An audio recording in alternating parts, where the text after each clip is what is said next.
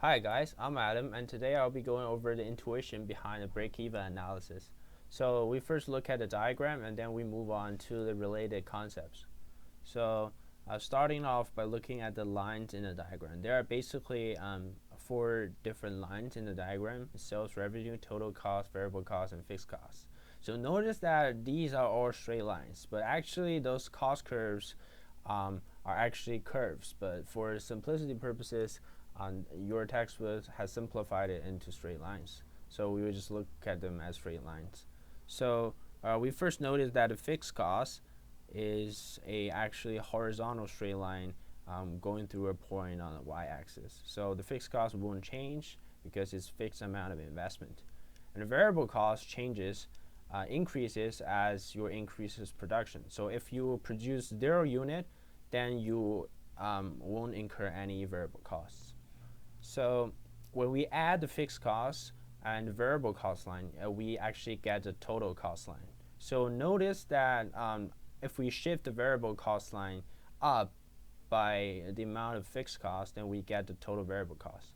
That's pretty intuitive because total cost equals variable cost plus fixed cost. So we shift the variable cost up by a fixed amount, which is equal to the fixed cost. That will naturally give us a total cost curve. And then we look at the intersection between the sales revenue curve and the total cost curve. That is a break-even point.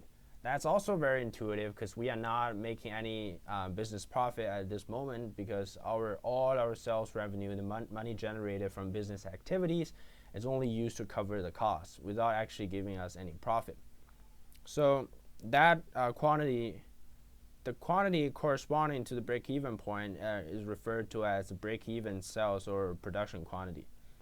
And you can also see there's a concept called margin of safety here. Margin of safety is actually the difference between the actual amount of production and the break-even quantity.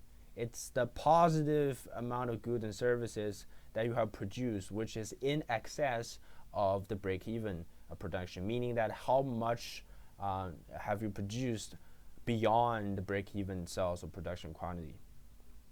So that's basically the diagram, and there are a few concepts related to this diagram.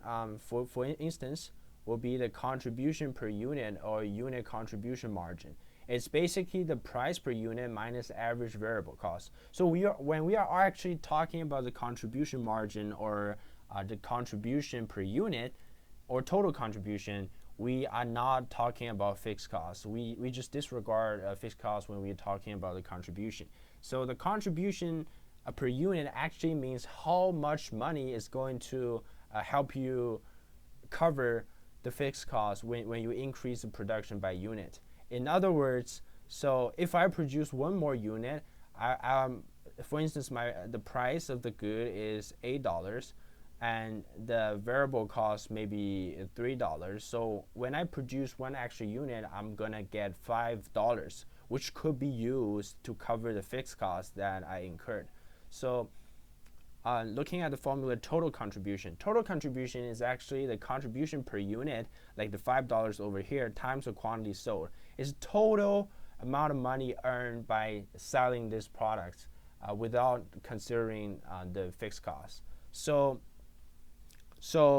because of this defined contribution concept, we can actually calculate break-even quantity in a different way, which is the total fixed cost over unit contribution. So for instance, like I've said here, when I sell one additional unit, I will actually earn $5 of cash, and those will actually be used to cover up the fixed costs. So let's say if the fixed cost is $500, then I actually need 100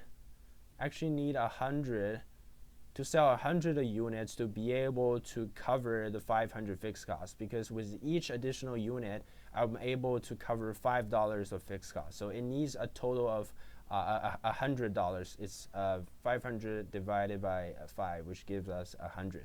And that 100 unit is exactly the break-even quantity, because it's the quantity that is needed to cover up all the fixed costs, meaning that you are earning no profit at this particular point. So hope this I hope this explanation is going to help you guys learn more about these concepts and make it more intuitive. Thank you very much. See you next time.